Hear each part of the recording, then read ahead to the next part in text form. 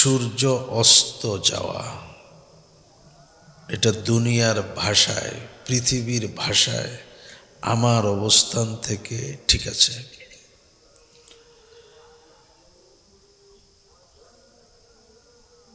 বিশ্বায়নের চিন্তায়, গোটা সৌরজগতের চিন্তায় আমি যদি বলি সূর্য অস্ত গেছে, কথাটা ভুল হয়ে যাবে। তুলু ও গরুব, উদয় অস্ত সূর্যের, এটা স্থান কাল বেদে হয়, দেখা যায়। আসলে অস্ত উদয় এর কোনোটাই হয় না।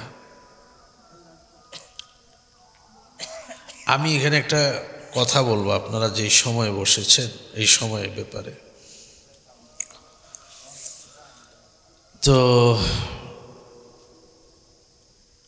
এখনো যদি আপনি এখানে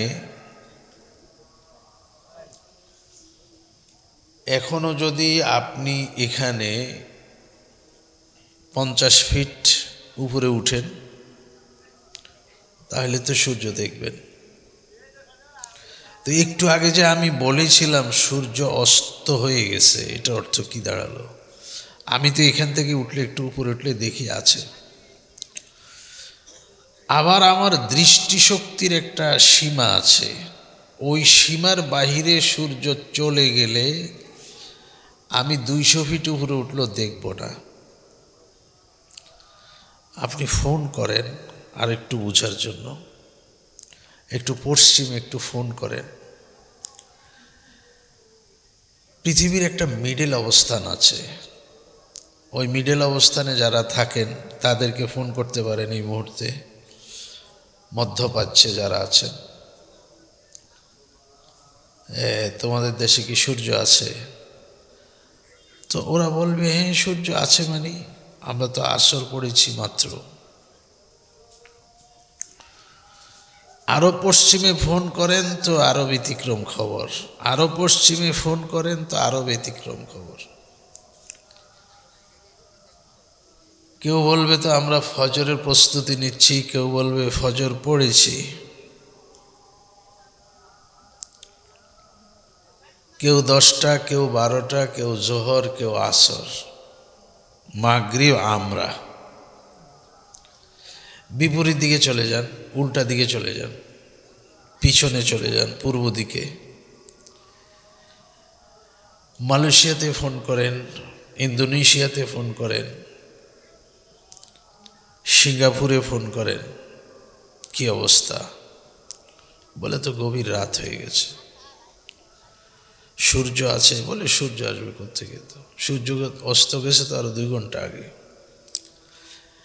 জাপানে ফোন করেন, সে বলবে তো আরো আজীব খবর, আমরা তো রাত শেষ করার অপেক্ষায় আছি। তাহলে আপনার পূর্ব দিকে রাত শেষ হচ্ছে, আপনার এখানে রাত্র শুরু হচ্ছে, আপনাদের পশ্চিমে এখনো রাত শুরু হয় নাই।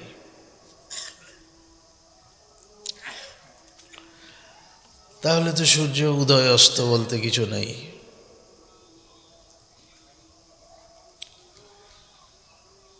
আল্লাহ, এখন যে দিন, অনেক ছোট দিন, সামনে যে রাত, এখন যে রাত হয়েছে এটা অনেক বড় রাত। আবার গ্রীষ্মকালে দিনটা বড় হয়ে যাবে, রাতটা ছোট হয়ে যাবে। অনেক কঠিন হিসাব নিকাশ। কোরআন শরীফে তো আল্লাহ বলেছেন, তুলিজুল লাইলা ফিন নাহারি ওয়া তুলিজুন নাহারা ফিল লাইলি ওয়া তুখরিজুল হাইয়া মিনাল মাইয়িতি ওয়া তুখরিজুল মাইয়িতা মিনাল হাই। তাফসিরও নয়, আয়াতের গভীরের আলোচনাও নয়, বলবো এ প্রসঙ্গে কিছু কথা।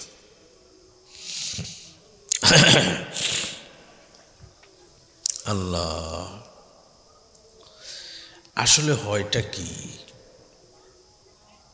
এই যে আপনারা যে গ্রহে অবস্থান করেন, আমরা যে গ্রহে আছি, এটার নাম পৃথিবী।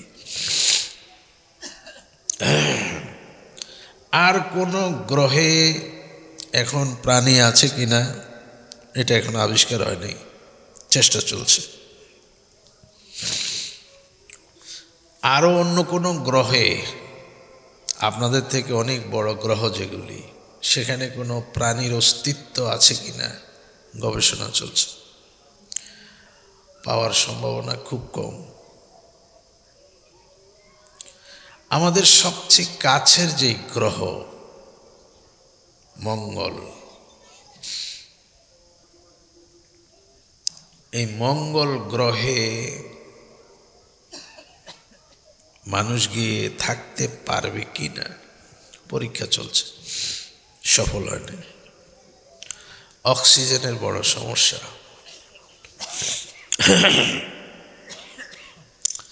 আপনারা যে হজ করতে যান, বিদেশ সফরে যান, বিমানের গ্লাস কি খুলতে পারেন? কেউ আছেন এখানে বিমানে উঠেছেন? বিমানে কি খোলা গ্লাস আছে? আচ্ছা, আমারটা আমি বলে যাই। একটা আয়না আছে, কিন্তু খোলার কোনো সিস্টেম নেই, রিপিট করা। কেন? আপনি যেখানে উঠেছেন 1000 ফিট 1200 ফিট উপরে, ওখানে অক্সিজেন নেই। যে অক্সিজেনটা আপনি বাঁচবেন, শ্বাস নেবেন, তাহলে আমি বিমানে বাঁচি কিভাবে? আপনাকে বাঁচিয়ে রাখার জন্য বিমান জমিন থেকে ওঠার সময় সিলিন্ডার ভরে অক্সিজেন নিয়ে গেছে। আপনারা যেরকম গ্যাসের সিলিন্ডার রাখেন, এরকম অক্সিজেনের সিলিন্ডার আছে, যেটা হাসপাতালে আপনারা দেখেন ফুসফুসের রোগী যে শ্বাস নিতে পারে না, তাকে অক্সিজেন লাগায় রাখে। ওই অক্সিজেনটাই বিমানের বিভিন্ন অবস্থান দিয়ে বের হইতে থাকে, আর আপনি শ্বাস নিতে পারেন। তাহলে মঙ্গলে তো আরো পরে এই যে এখানে তো নাই, এখানে তো নেই।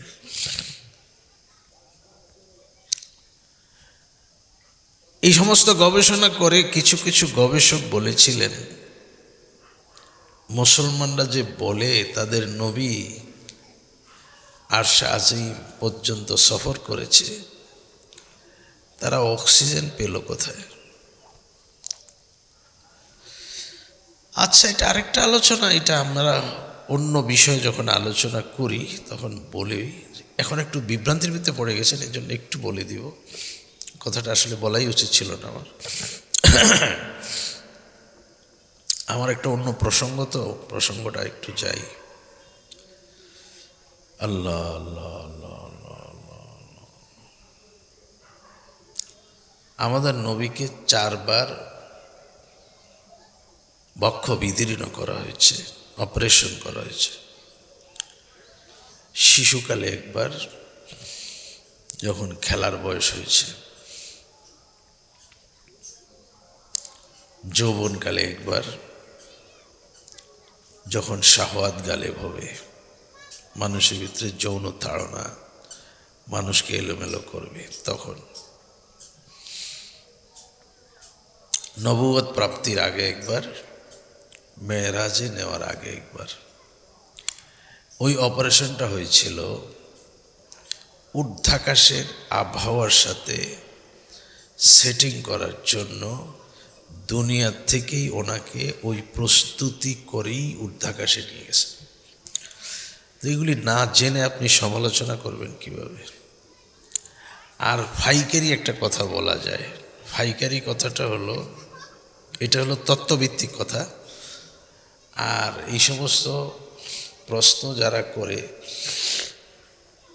তাদের কাছে খুব তথ্য থাকে না।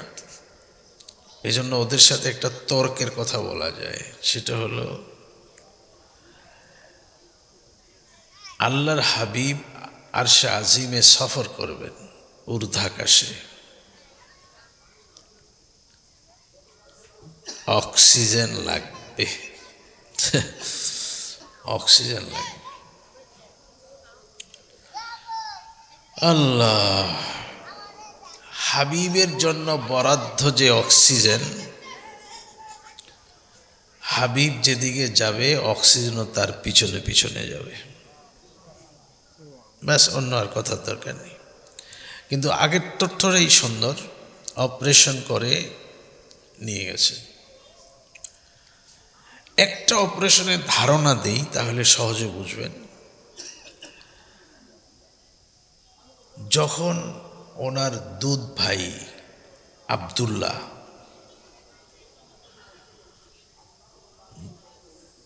সকালে দেখেন, রাতে দেখেন, দুপুরবেলা দেখেন না, মাকে জিজ্ঞাসা করলেন হালিমা, এই মা হলো হালিমা, মাকে জিজ্ঞাসা করলেন মা আমার ভাই কই, এই সময় থাকে না, কোথায় যায়? সে তো বকরি চড়াইতে যায়। তো আপনি যদি অনুমতি দেন আমি একদিন যাব। তো উনি একদিন গেলেন। এই একদিনের ঘটনাই ঘটে গেল, দৌড়ে ফিরে আসছেন আব্দুল্লাহ, ভয়ে আতঙ্কে অস্থির। আয়সা বলতেছেন আমাদের কোরাইশি বাইরে জানি কারা মাইরে লিখতেছে। আল্লাহ, তারিখের কিতাবে আমি কোরাইশি বাইটা পড়ে বড় আশ্চর্য হয়েছি, কিভাবে এই ছেলে কথাটা বলবো, ছোট্ট বাচ্চা, আমার কোরাইশি বাইরে জানি কারা মাইরে ফেলতেছে। তো হালিমা তো পাগলের মতো দৌড় দিলেন, গিয়ে দেখেন যে উনি দিব্যি সুস্থ, কেউ নাই সেখানে, বাকি চেহারাটা একটু মলিন হয়ে আছে। তো গিয়ে তো কোলে টোলে নিয়েছেন, কি হয়েছে কি হয়েছে? তো বলে যে আমি দেখলাম সাদা পোশাকধারী কিছু মানুষ আসলেন আর আমাকে জমিনে শোয়াই ফেলছেন, আর আমার এখানে কি জানি হাতাইছেন, একটুকুই আমি অনুভব করেছি, আর কিছু বুঝি না। আসলে পুরাটা বিদীর্ণ করা হয়েছে, অপারেশন, ওপেন হার্ট সার্জারি, এটা কুদরতে করেছেন, তো এই জন্য কিছু লাগে না, দুনিয়ার কোনো কিছুর প্রয়োজন হয় না, আবার ঠিক হয়ে গেছে। তো এটা আমরা পরে যখন আল্লাহ রাসূল বড় হয়েছেন, নবুয়ত আসছেন, পরে এই সমস্ত অপারেশন কি হয়েছে এগুলি পরে আল্লাহ রাসূল নিজেই বলেছেন।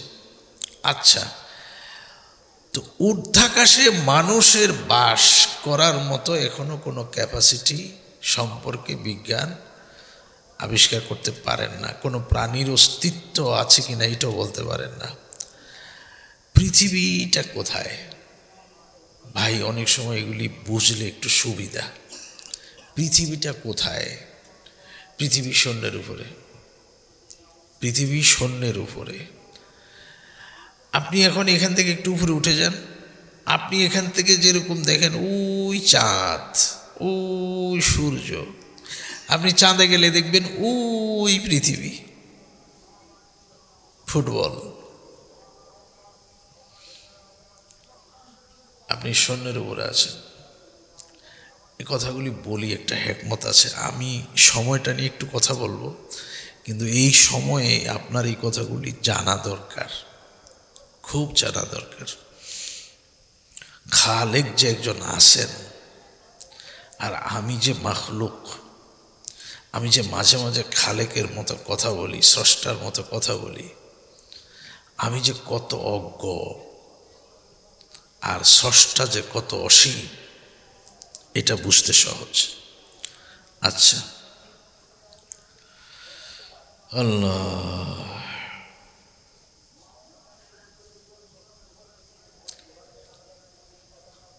একটা কথা একজনে জানতে চেয়েছেন, হুজুর পৃথিবীর পানি যে যায় কই যায়, শেষ কই? বৃষ্টি হয়েছে, বাড়ি থেকে আঙ্গিনা, আঙ্গিনা থেকে খাল, খাল হয়ে গাং, গাং হয়ে নদী, নদী হয়ে সাগর। আপনি তো বলতে পারছেন সাগরে যায়। আমি যদি জিজ্ঞাসা করি সাগরের পানি যায় কোথায়,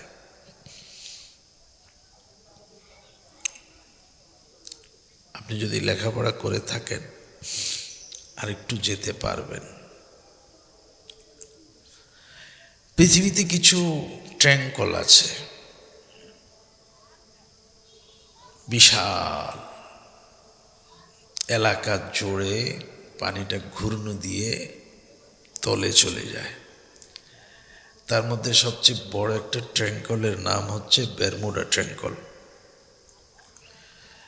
শত শত মাইল দূরে দিয়ে জাহাজ চলে, না হলে সব খায় ফেলবে। বারমুডা ট্যাঙ্কলের হাকিকত এখনো কাছ থেকে কেউ নিতে পারে নাই, যত গেছে সব খেয়ে ফেলেছে। এইখানে চক্কর দিয়ে পানিগুলি নিচের দিকে চলে যায়, এ পর্যন্ত আপনি যেতে পারবেন।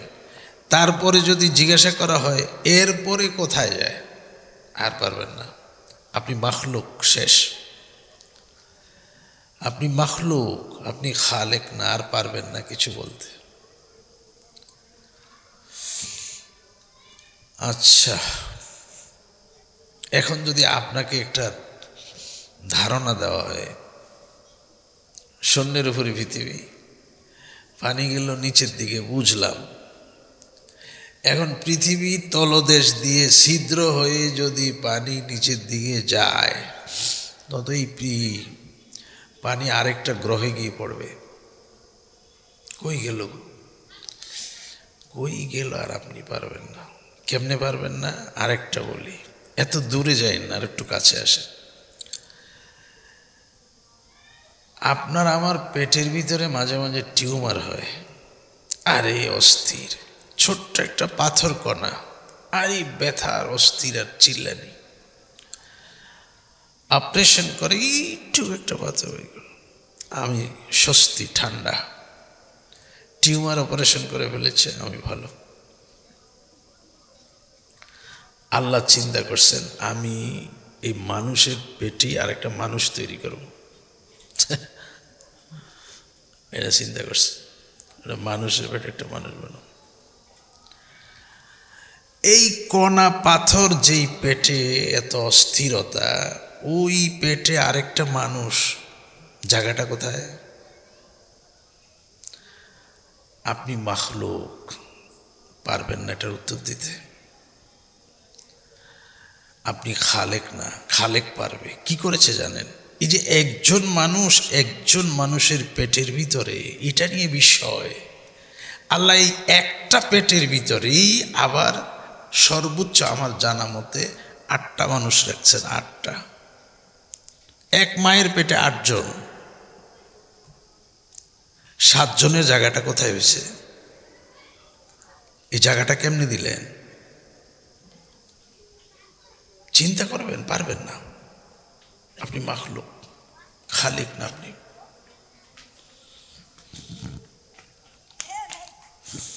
আল্লাহ। তো ভাই, পৃথিবী আছে শূন্যের উপরে।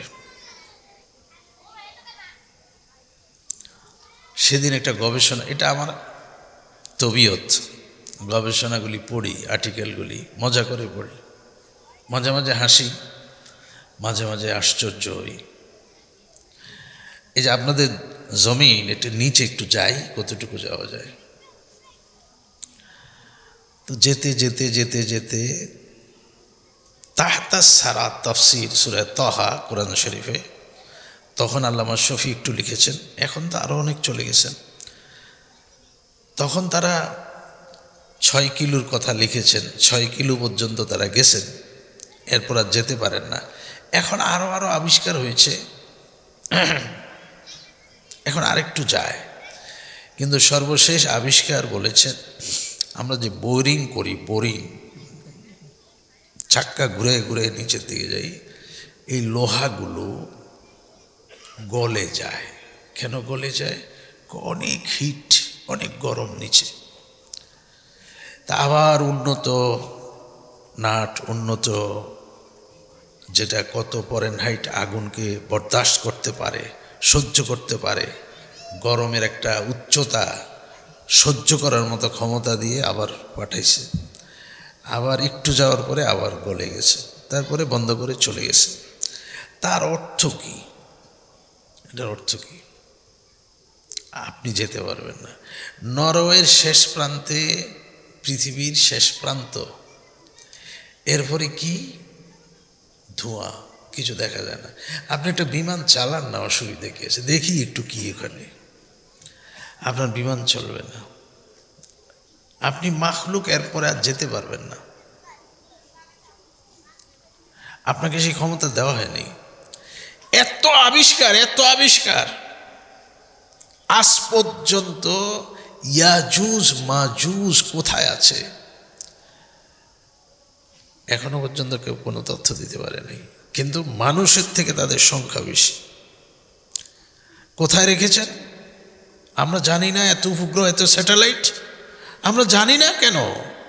আরে মায়ের পেটে যে 8টা সন্তান কেমনে জায়গা হয়েছে, তোমার চোখের বাহিরে এরকম আল্লাহ রেখে দিয়েছেন। আল্লাহ যখন দরকার হবে তখন দেখাই দিবেন, পাঠাই দিবেন। আপনি যদি কোরআন বিশ্বাস করেন, কোরআনে ইয়াজুজ মাজুজের কথা আছে, এদের সংখ্যা মানুষের থেকে বেশি কথা আসছে হাদিসে। এরা কোথায় আছে? আছে, আপনি খুঁজে পাবেন না, আমি খুঁজে পাবো না। আমি মাখলুক, খালেক এক জায়গায় রেখে দিছেন আল্লাহ।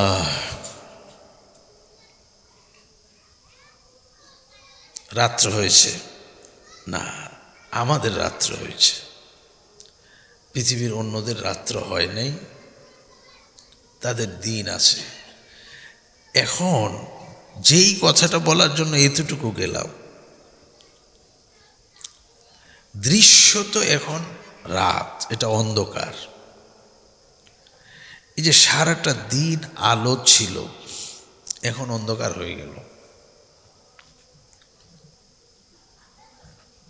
এটা একটা পৃথিবীর বিস্ময়কর জিনিস, আশ্চর্য জিনিস। এটাকে সহজে দেখার কোনো সুযোগ নেই।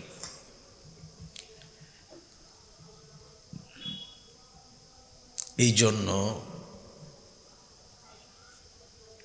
যখন রাত চলে আসতো, সূর্য অস্ত চলে যায়, তখনই আমাদের নবী সাল্লাল্লাহু আলাইহি সাল্লাম কিছু দোয়া জিকির করেছেন। এই কথায় চলে আসছি এখন, কিছু দোয়া জিকির করেছে। ইবাদতের জন্য রাত্রকে 10টা ভাগ করা যায়, বুঝার জন্য। আমি সবগুলির আলোচনা মাঝে মাঝে বিভিন্ন জায়গায় করি। এখানে আপনাদের এখানে এই সময় নিয়ে একটু কথা বলবো, যে কটা বলা যায়। একটা হলো, আমার যখন রাত হবে, আমার এটা বুঝে রাখবেন, নইলে ইবাদত করতে ঝামেলায় পড়ে যাবেন। আমার যখন রাত হবে, তখন আমার রাতের ইবাদত শুরু হবে। আমি যেখানে অবস্থান করি, এখান থেকে সূর্য অস্ত চলে গেলে যদি দেখি আমি, তাহলে আমার মাগরিবের রক্ত শুরু হয়েছে, ইফতার রক্ত শুরু হয়েছে। কার কি হয়েছে এটা আমার জানার দরকার নেই, কার কি হয়েছে এটা আমার জানার দরকার নেই। বেশি জানতে গিয়ে আপনি বিভ্রান্তের মধ্যে পড়ে গেছেন। একটা বলি,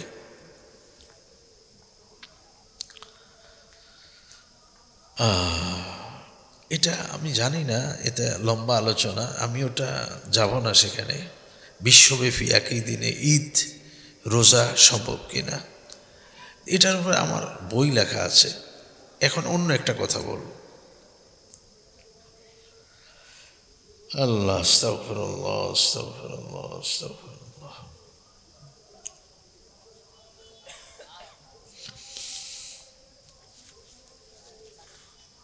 একই সময়ে আপনি সব ইবাদত করতে পারবেন না। একই সময়ে পৃথিবীর সব মানুষ একটা ইবাদত করতে পারবে না। আমরা একটু আগে মাগরিব পড়েছি, পৃথিবীর পূর্ব প্রান্তের মানুষ তার আগে মাগরিব পড়ে ফেলেছে। পৃথিবীর পশ্চিম প্রান্তের মানুষ কেউ মাগরিব এখনো পড়তেছে, কারো এখনো ওয়াক্তই হয় নাই। তাহলে ফরজ একটা ইবাদত এক সময় করতে পারতেছি না।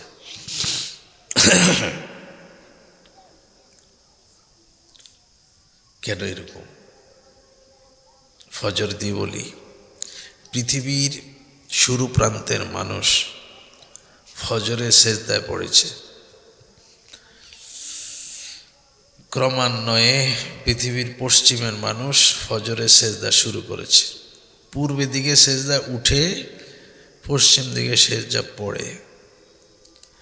পৃথিবীর শেষ প্রান্তের মানুষ ফজরের সেজদা শেষ করেছে, আবার পৃথিবীর শুরু প্রান্তের মানুষ ফজরের সেজদায় পড়ে গেছে। আল্লাহ এমনভাবে জমিনকে সাজাইছেন যে আমার বন্দারা যেন 24 ঘন্টা আমার কুদরতি কদমে পড়ে থাকে। এটাই হলো সময়, এটা হলো সময়। তো একই দিনে কিছু করতে পারবেন না, একই সময় কিছু করতে পারবেন না। এই সমস্ত চিন্তা ফিকির থাকলে সরে আসেন। আচ্ছা, এখন আমাদের এখানে সূর্য অস্ত যাওয়ার দৃশ্য আমরা দেখেছি, এই জন্য আমরা মাগরিব পড়েছি। পৃথিবীর বহু দেশ আছে এই দৃশ্যটা দেখবে না। দেখবে না মানে দেখবে অনেক পরে, দেখবে অনেক পরে, মানে কেউ 2 মাস পরে দেখবে, কেউ 1 মাস পরে দেখবে, কেউ 3 দিন পরে দেখবে, কেউ 6 মাস পরে দেখবে একবার। পৃথিবীর বহু দেশ আছে এখন, এগুলি গবেষণা করা হয়ে গেছে, আপনারা যারা পড়েন জানেন। বহুদিন পরে একবার রাত আসে, বহুদিন পরে একবার দিন আসে। রাত আসলে শেষ হয় না, দিন আসলে শেষ হয় না। আল্লামা তাকি উসমানী হাফিজাহুল্লাহ একটা কিতাব লিখেছেন বিশ্বভ্রমণ করে এসে। বিশ্বভ্রমণের একটা ভিন্ন কিতাব আছে, একটা ছোট্ট কিতাব আছে আলাদা, আধি রাত কি সূরজ, মধ্যরাতের সূর্যের ঘটনা লিখেছেন। একদিকে বলতেছেন মধ্যরাত, আরেকদিকে বলতেছেন সূর্য। মধ্যরাতে চাঁদে না থাকে, সূর্য তো থাকে না। উনি বলেছেন আমি সূর্য দেখেছি মধ্যরাতে। এটা এমন এক দেশের কথা বলেছেন যেই দেশে ঈশার নামাজের রক্ত হয় না। সূর্য অস্ত যায়, একটু একটু একটু অন্ধকার অন্ধকার ভাব, কিছুক্ষণ পরে আবার সূর্য উঠে যায়। এটাকে উনি নাম দিয়েছেন মধ্যরাতের সূর্য।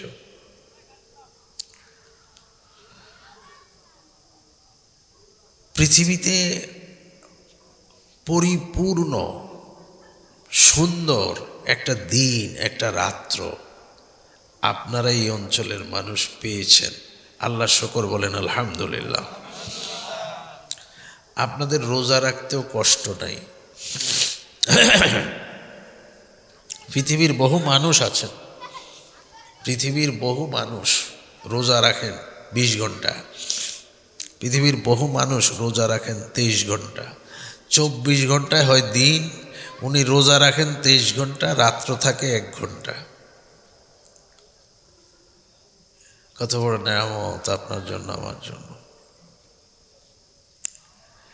এটাকে খেলা মনে করেছেন রাত? না না, খেলা না, কুদরতের এক কারিশমা।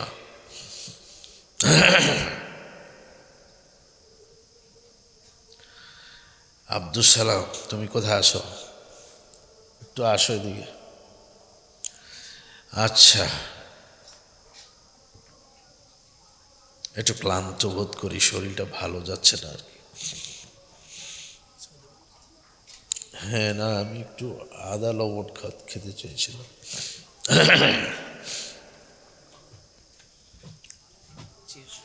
হ্যাঁ, ও যে বলেছি।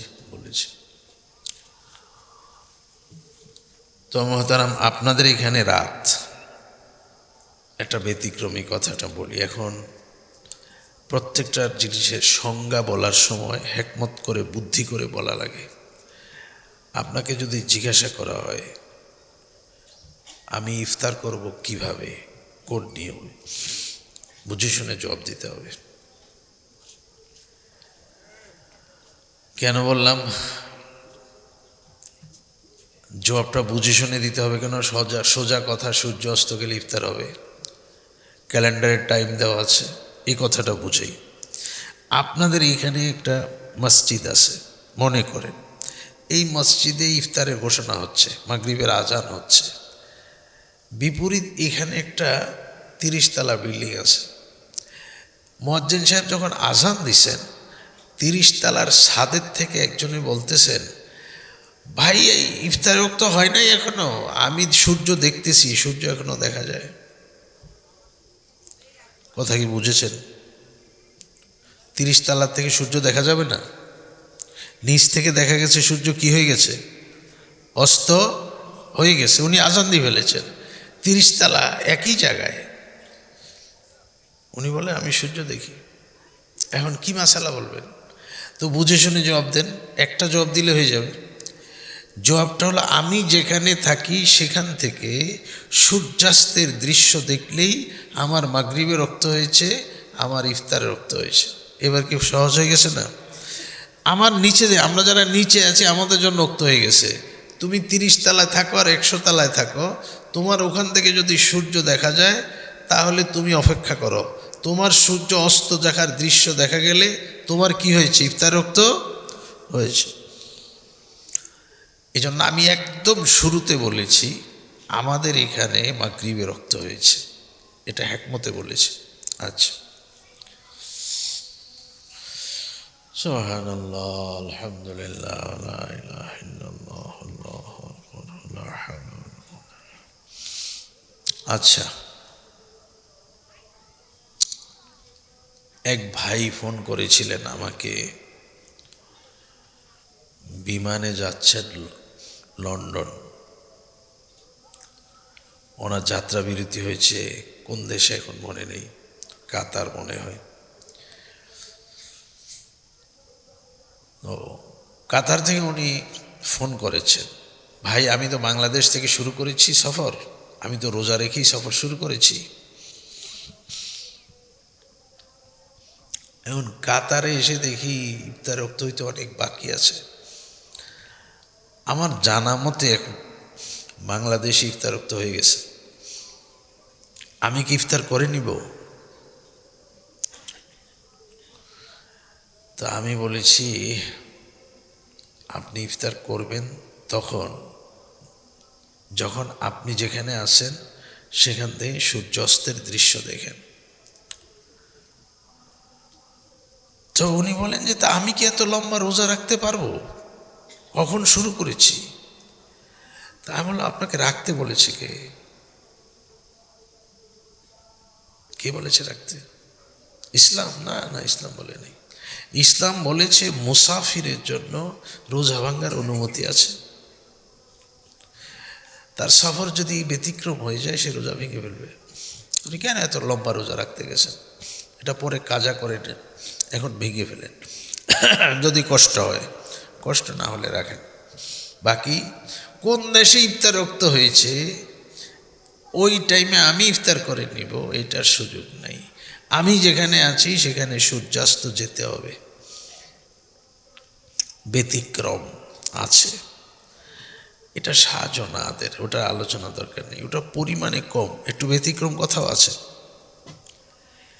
যেমন একটু আগে বলেছিলাম সূর্যাস্তই তো নাই, কেমনি কি করব? একজন বাংলাদেশি একজন মুসলমান নভোচারীর আমি একটা আর্টিকেল পড়েছি। মুসলমানরা তো খুব বেশি ঊর্ধ্বাকাশ সফরে যায় নাই, মহাকাশে যায় নাই, একজন মুসলমান গেছেন। তো উনি ফিরে এসে এক আজীব তথ্য দিলেন। উনি ফিরে এসে বলেছেন, আমি আসলে নামাজ পড়ি কিন্তু আমি এই দেশের স্কলার, ইসলামী স্কলার যারা, তাদের থেকে একটা কথা জেনে গেলে ভালো হইতো, মহাকাশে গেলে নামাজ পড়ার পদ্ধতিটা কি হবে, রোজা রাখার পদ্ধতি কি হবে, কারণ 3 মাস 4 মাস মহাকাশে ঘুরে রকেট। তারপরে লিখেছেন কেনই কথা বলেছি, কেনই কথা বলেছি মানে আমি যখন মহাকাশে বিচরণ করি তখন আমি পৃথিবীর 24 ঘন্টার সময়ে সূর্যকে 50 বার উদয় অস্ত হতে দেখেছি। কি জানি কইছি, এটা আমি বুঝি না, আপনারা বুঝবেন না। পৃথিবীর 24 ঘন্টা সময়ের মধ্যে আমি মহাকাশে সফরের সময় দেখেছি এই 24 ঘন্টায় সূর্য 25 বার উঠছে, 25 বার ডুবে গেছে। মানে আমি দেখেছি 25 বার উঠে 25 বার ডুবে। ঘন্টা হলো 24টা। এখন আমি নামাজ পড়ব কীভাবে, আমি রোজা রাখবো কীভাবে? এই কথাগুলি আমি জমিন থেকে জেনে গেলে ভালো হতো। এর উপরে আর্টিকেল লিখেছে। তুমি একটু আদা লবণ নিয়ে আসতো, যদি দিয়ে আস। হ্যাঁ, আচ্ছা। তো এই যে দেখেন, এটা একটা নতুন মাসালা হয়ে গেল। এখন আমি অনেক হুজুর আবার এরকম মাঝে মাঝে বলে যে সরি, মানে হুজুর মানে কোনো বিষয়ে বড় স্কলার না আর কি, সাধারণ। ওনারা মাঝে মাঝে জিজ্ঞাসা করেন কেমনে এটা কি হুজুরের জমানায় কি এটা ছিল? যেমন মোবাইল ফোন নামাজের ভিতরে যদি বাজে, জামাত হচ্ছেন, মোবাইল বাজতেছে, কি করব? তা আমি যদি বলি এইভাবে তা আপনি বলবেন এটা আপনি কোথায় পাইছেন? আল্লাহ রাসূলের জমানায় নাকি মোবাইল ছিল, উনি কি কিছু বলেছে এই ব্যাপারে? এই জন্য একটা কথা বলি, সব কথা বলে যেতে হবে না, কিছু উসুল আছে, এটার ক্যাটাগরি আছে।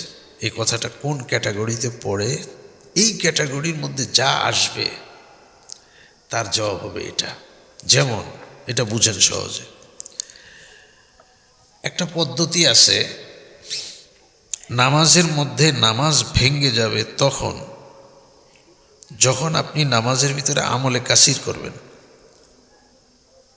এই কথাটা সবাই জানেন না? ছোট নুরানি, যে মাদ্রাসা, নুরানি মাদ্রাসা, বাচ্চাদেরকে কি সুন্দর করে পড়াইতেছে ওরা বারে। নামাজ ভঙ্গের কারণ এতটা, তার মধ্যে একটা আছে আমলে কাসির করা। এই আমলে কাসির কি?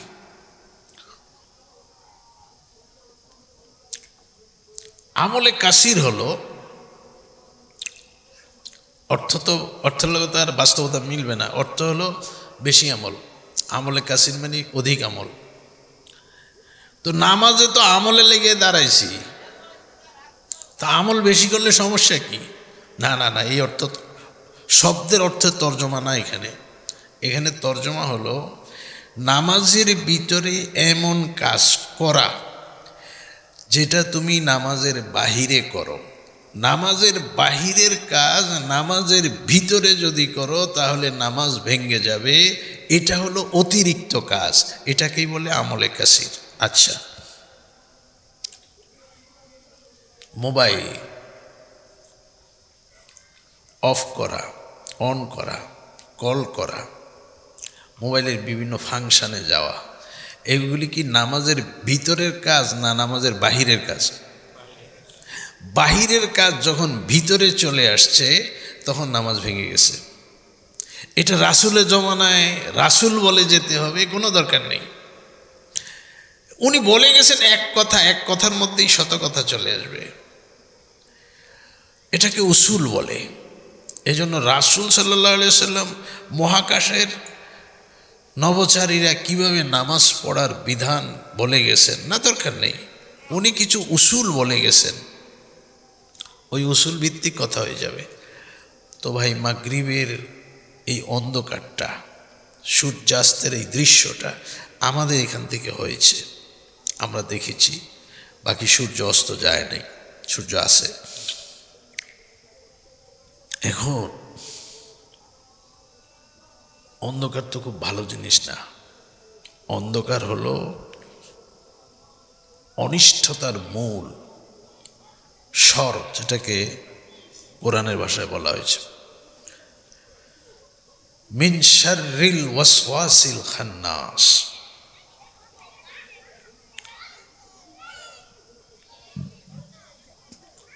এই রাতের ভিতরে অনেক অনিষ্টতা আছে, এগুলি থেকে বাঁচার জন্য আল্লাহ রাসূল সাল্লাল্লাহু আলাইহি সাল্লাম সূর্যাস্তের পরে আমাকে আপনাকে কিছু জিকিরের কথা বলেছেন। দোয়ার কথা বলেছেন। কিছু জিকির আছে সূর্যাস্তের সাথে সাথেই আজান হয়, হোক হয়েছে কি হয় না এটা আপনার জানার দরকার নেই। সূর্য অস্ত গেছে এতটায় আপনি জিকির শুরু করে দিবেন, আল্লাহুম্মা ইন্না হাযা ইকবালু লাইলিকা ওয়া ইদবারু নাহারিকা ওয়া আসওয়াতু দুআতিকা ফাগফিরলি। মাগরিবের আজানের আগে, জামাতের আগে এই দোয়াগুলি পড়তে বলেছে, জিকিরগুলি করতে বলেছে। আল্লাহুম্মা বিকা আমসাইনা ওয়া বিকা আসবাহনা ওয়া বিকা নাহইয়া ওয়া বিকা নামুতু ওয়া ইলাইকাল মাসির। আরেকটা দোয়া, আমসাইনা ওয়া আমসাল মুলকু লিল্লাহ আলহামদুলিল্লাহ লা ইলাহা ইল্লাল্লাহু ওয়াহদাহু লা শারীকা লাহু লাহুল মুলকু ওয়া লাহুল হামদু ওয়া হুয়া আলা কুল্লি শাইইন কাদির। রব্বি আসআলুকা খায়রা মা ফি হাযিহিল লাইলাতি ওয়া খায়রা মা বা'দা ওয়া আউযু বিকা মিন শাররি মা ফি হাযিহিল লাইলাতি ওয়া শাররি মা বা'দা।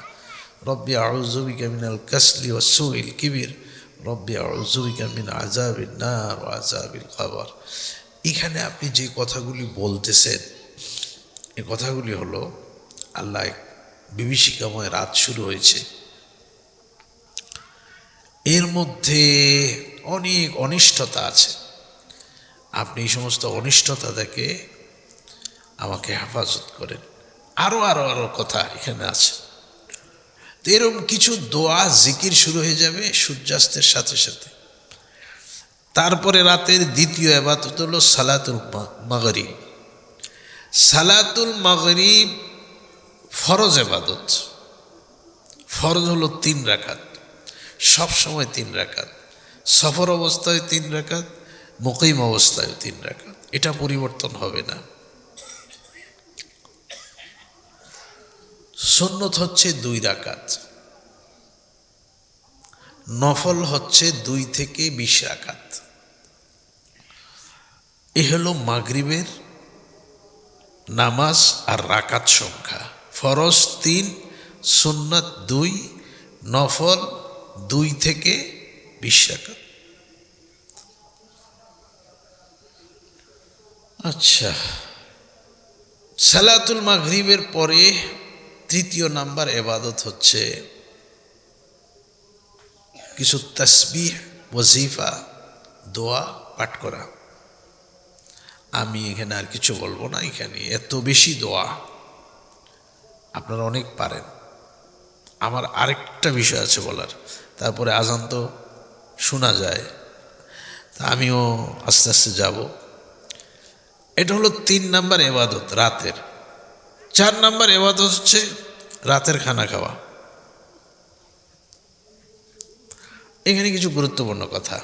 প্রথম হলো, আপনি মনে মনে ভাবতেছেন আমি অনেকটা ভুল করতেছি, হুজুরে মনে হয় ঈশার নামাজের কথাটা কইতে যাইয়া রাতের খানাটা ভুলে কয়ে লিছে। না, ইচ্ছা করে বলেছি, সঠিকটা বলেছি, ভুল করিনি। রাতের চতুর্থ ইবাদত খানা খাওয়া। আরেকটা প্রশ্ন, খানাও কি ইবাদত? হ্যাঁ, খানা ইবাদত। কুলু ওয়াশরাবু, কোরআন শরীফের আয়াত, কেতিয়াই নস, খাও পান করো, ওয়ালা তুসরিফু, অপব্যয় করিও না, ইন্নাল্লাহা লা ইউহিব্বুল মুসরিফিন, আল্লাহ অপব্যয়কারীকে পছন্দ করেন না। খাওয়ার বিধান এতগুলো ইবাদত দেখেই আল্লাহ রাসূল বলেছেন কখন খাবেন, কি খেতে পারবেন না, কতটুকু খাবেন, এটা ইবাদত। তবে এটা রাতের চতুর্থ ইবাদত। ঈশার নামাজ রাতের পঞ্চম ইবাদত। কেন? এই কেনটা একটু বলি।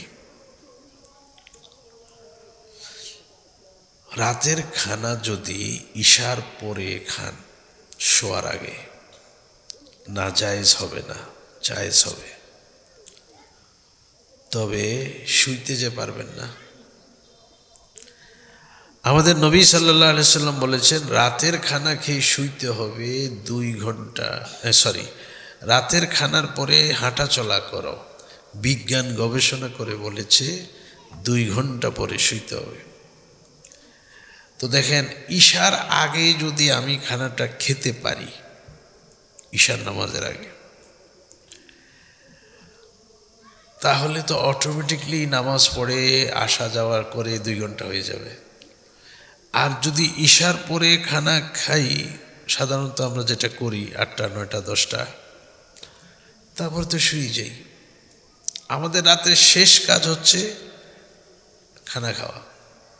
অবশ্য আরও কত কাজ রয়ে গেছে, আমরা এখন 4 নম্বর কাজটাকে নিয়ে গেছি 6 নম্বরে। আগের দিনের মানুষ, আপনারা তো গ্রামে থাকেন, আমিও গ্রামে থাকি, আপনারা সহজেই বেশি বুঝবেন। মানুষ তো মাগরিবের পরে খানা খেয়েছে, আর এই মানুষগুলি অনেক সুস্থ ছিল। আমরা এখন বেশি বুঝি, অনেক রাত করে খাই আর শুই, আমরা রোগে আক্রান্ত হয়ে যাই। আমি নিজ চোখে দেখেছি এক বাড়িতে, ওই বাড়িওয়ালা তার বাচ্চাদেরকে বলতেছে আসরের পরে মাগরিবের আগে, বলতেছে খানা যারা খাও নাই খেয়ে নাও, ঘরে কিন্তু তেল নেই, মানে কেরোসিন নেই, কেরোসিন। মাগরিবের পরে যে কেরোসিন দিয়ে চেরাগ জ্বালাবে তারপরে খাবে, নাই, কইছে খাইলে খাইলাম। আচ্ছা, আপনারা কি আছেন এরকম 2-1 জন এরকম পুরানা কথা মনে আছে? হ্যাঁ, তাহলে কি ওই আসর তো খাইছে, একজন বই রয়েছেন। অনকার দিনে আপনারে কইব আপনি বেশি বুঝেন, এলে এত আগে খাইছেন, বুঝছেন? অনকার মানুষ তো আপনারে কইব আপনি বেশি বুঝেন। ঠিক আছে, যারা এরকম সন্ধ্যায় খানা খেয়েছে, এখন ডাক্তাররা কি বলে জানেন? বলে যে খানার 2 ঘন্টা পরে শুইতে হবে। কয়টায় খাবেন এটা আপনার ব্যাপার, আপনারা আটকাই দিছে। তো ভাই, রাতের চতুর্থ ইবাদত ছিল খানা খাওয়া। এমনি রাতের খানা পরিমাণে কম, আবার খেতে হবে সন্ধ্যার পরে। তা লাভ হবে কি, এশার নামাজ পড়ে শুইতে শুইতে 2 ঘন্টা হয়ে যাবে। তো এই ভুলটা করে। আবার এটা আরেকবার বলে রাখি, এশার পরে খেলে যে না জায়েজ এরকম কোনো কথা কিতাবে নেই, শরীয়তেও নেই। জায়েজ, তবে এটা উত্তমতার পরিপন্থী। এই কথাটা আরেকভাবে বলি, একটা পাল্লা আছে লাকড়ি মাপে, আরেকটা পাল্লা আছে স্বর্ণ মাপে, দুইটাই পাল্লা। লাকড়ি মাপার পাল্লার ওজনে এশার পরের খানাটা ঠিক আছে, স্বর্ণ মাপার পাল্লার ওজনে এশার পরের খানাটা ঠিক নেই। এইবার আপনি ঠিক করে নিয়ে, কোনোটাই না জায়েজ না, কোনোটাই না জায়েজ। আন্দাজি ফতুয়া দেওয়া মুশকিল। তো এখানে আজান হবে কয়টায়? কেউ জানেন এখানের আজান কয়টায়? জি, যে হয়ে গেছে না 45? জাযাকুমুল্লাহ। তো মুহতারাম, এরকম রাতের আরও কিছু ইবাদত আছে ইশার সালাতের পরে। তার অর্থ হলো আমরা একটু হিসাব করব, গোটা পৃথিবী আল্লাহ কেন সৃষ্টি করেছেন, গোটা সৌরজগৎ আল্লাহ কেন সৃষ্টি করেছেন। এইটা আমি জানলে ভালো, না জানলে আমার কোনো দরকার নেই। আমি চিন্তা করব আল্লাহ আমাকে কেন সৃষ্টি করেছেন। ওমা খালাকতুল জিন্না ওয়াল ইনসা ইল্লা লিয়াবুদুন। আল্লাহ আমাকে সৃষ্টি করেছেন আল্লাহর ইবাদতের জন্য, আমি ইবাদত করব। আল্লাহ আমাদেরকে ওয়াক্ত মতো, সময় মতো সালাতগুলো, নামাজগুলো আদায় করার তৌফিক দান করেন।